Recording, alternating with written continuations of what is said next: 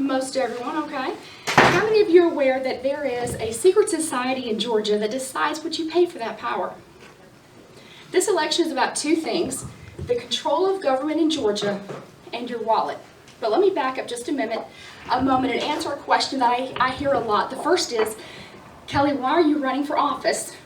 And why in heck are you running for the Public Service Commission? So I want to answer those two things to you very briefly. I know some of you, not so many. I know actually I saw on Facebook before I left this morning that my good friend Micah is out in the woods hunting ducks. So clearly he's not here this morning. But as an 8th generation Georgian from all over the county, I grew up in Stevens County. My daddy became a Goldwater Republican back in 1964.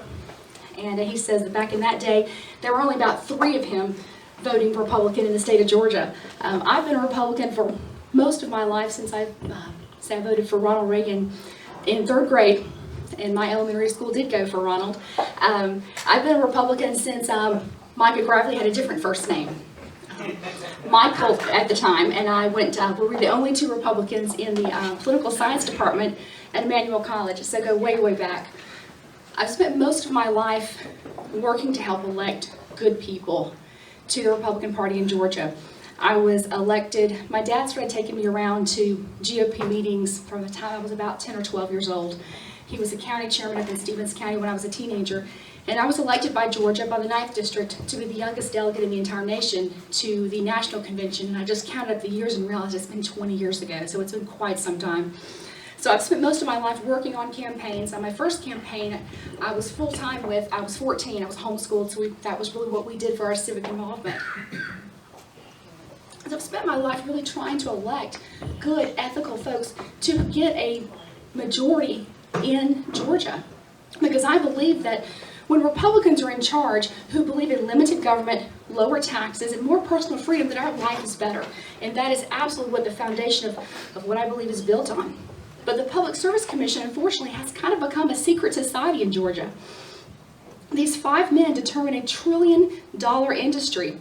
Who gets to make and what they get to pay or charge for all power: electricity, natural gas, and now wind and solar, and any form of electricity generation. They also do regulate landlines, but don't ask too many questions about that, because that's really completely been taken over by the FCC, and we have very, very little to determine about that in Georgia. And that's a huge issue that we have to fight against, because that's really what the EPA is attempting to do now with our energy. I'm running to do 3 things for the Public Service Commission, just to keep it really, really simple. The first is to make every vote of the Public Service Commission public and searchable, just like our legislature. How many of y'all know they don't even track the votes? You wouldn't. I mean, it's virtually impossible, somewhere between impossible and nearly impossible to find out anything about what they have done.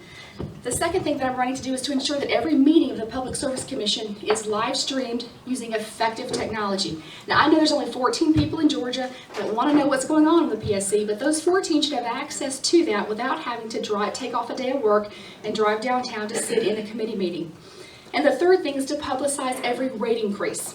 How many of y'all heard something about a $1 billion tax bill for transportation last year? Anybody?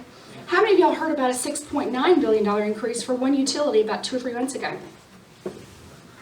One person in the room, all right. And I'm not even saying that it should or shouldn't happen, but the fact that we should know about that. I heard one person who was very concerned about promoting or publicizing those rate increases said, but the average person doesn't understand what's behind those expenses. We really just can't have that be so public and open. And I said, well, dang it, an elected official might have to stand up and explain what they're doing. And I believe that is absolutely our moral obligation. And we're just in a time of disruptive technology and energy, and we've turned into just a bureaucratic nightmare, and we have the ability to really transition that right now. I don't want to go into a lot of detail, because the PSC is probably the dullest thing to talk about for most people, and you've sat through a lot of conversations, a lot of people speaking this morning, but I wanted to briefly introduce myself. And one thing I do want to point out that I've had questions about by several folks, for good reason, is, Kelly, why are you running for the Public Service Commission against an incumbent Republican? The concern that we're so concerned with keeping majorities, then is that not Should we not always just support the incumbent because they're there versus potentially giving up control? And one thing I want to encourage and assure everyone of, in Georgia, every statewide elected official is Republican, and that is not going to change this year. This race will be determined in the Republican primary in May. So regardless of who you support, it will be a Republican. And I believe that as a lifelong Republican, we have a moral obligation to hold our elected officials to a high standard. And if they do not keep their word, if they do not follow the principles that they're committed to, then we have a moral obligation to hold them to that and not re-elect them. With that,